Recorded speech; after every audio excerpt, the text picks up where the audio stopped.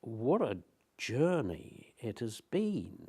And when I started to think about it, I just thought, blimey, it was in a place called Friar Barnet, which is in North London. It was a little tiny amateur theatre group, and they were called the Incognitos. Now, a lot of you won't know even what that word means. It means sort of like the unknown, which it basically was. As I started in this amateur theatre, I just found for some reason that I identified with it. I was quite good at it. I enjoyed it. I enjoyed trying to create these people that didn't exist. When you go back to the beginning, I found it difficult to believe that I would ever be able to achieve anything as an actor, a professional actor. I shied away from it for a long time because I never thought I was good enough, right? Eventually, it took me over. There were so many times during the course of my career that had it not been for that, that wouldn't have happened. And if that didn't happen, that wouldn't have done. Or if I had taken that course or that job or that journey, that wouldn't have happened and that wouldn't have happened. So my journey through my career was one of strange quirks of fate. When we did the first series of Fools and Horses, you'd got Nick Lyndhurst and, as it was then, bless him, Leonard Pierce. And we formed a bond, as we did with all of the other characters, Boycie, Trigger, Denzel, Marlene, Raquel, you name them all. It became a family.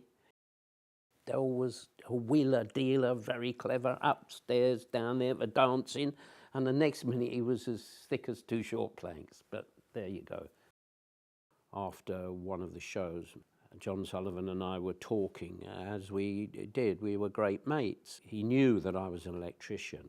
Funny enough, he said my father had a run-in with some electrical work, and the bloke in this big house, they were decorating the house, as I seem to remember, said that, did he know anyone who could clean chandeliers because they were getting quite dirty and they were very expensive. And John's father said, yeah, we do that. Yes, God, we do it. Yeah, we do anything. We are, in fact, specialists of that nature. So this bloke says, oh, really? I didn't know that. He's, oh, yeah, we do that all the time. So John was telling me this story. He said that they did all this, went upstairs, lifted the floorboards, undid the bolt, and they're downstairs ready to hold it. He said, and the one behind them dropped out of the sky. And I said to John, I fell him out, and I said, John, you've got to write that. With Darling Buds, when I first read the book, when I was offered the part, I think it's fair enough to say that I said to my agent at the time, well, this will either be a huge success or it will be a huge flop. And she said, why? And I said, because there's nothing in it. I think part of its appeal was that so many people identified with, wouldn't it be nice if we were all like that? Pam and I were totally professional. We enjoyed each other's company very much. And we found it easy to play anything that was asked of us because we respected each other. All of the characters in Darling Buds and all of the characters that I've played and the people that have played opposite, I can say, except one or two people maybe, have been great to work with.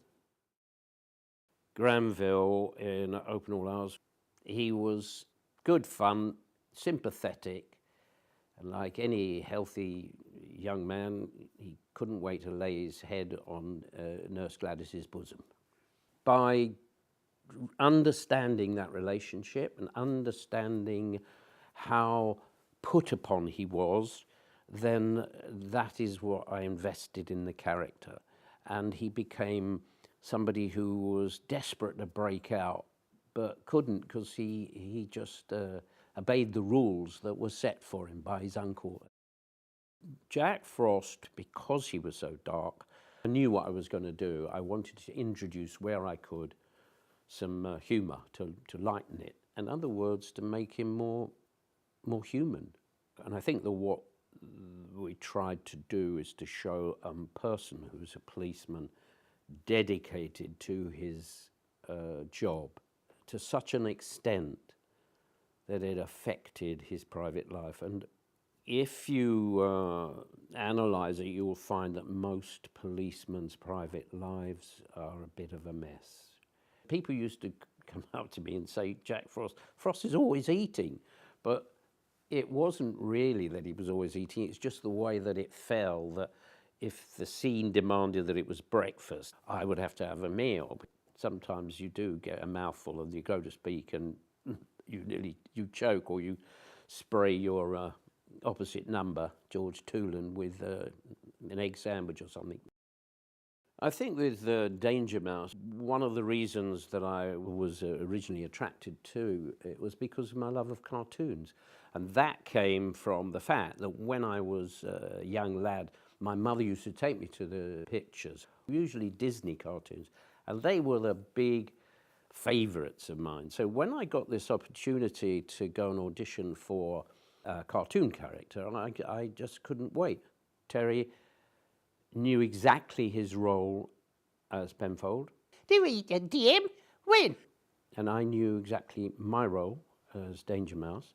Good grief, Penfold.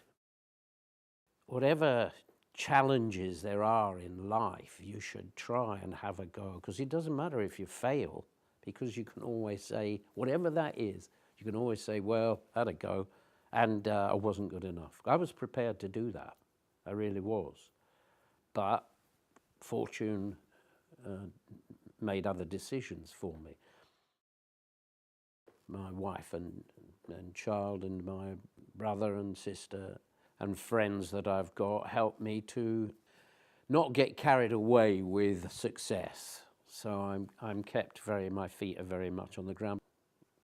It's nice that I brought a lot of pleasure to people, because that's the most important thing, because that is what I sort of did it for in the first place, really.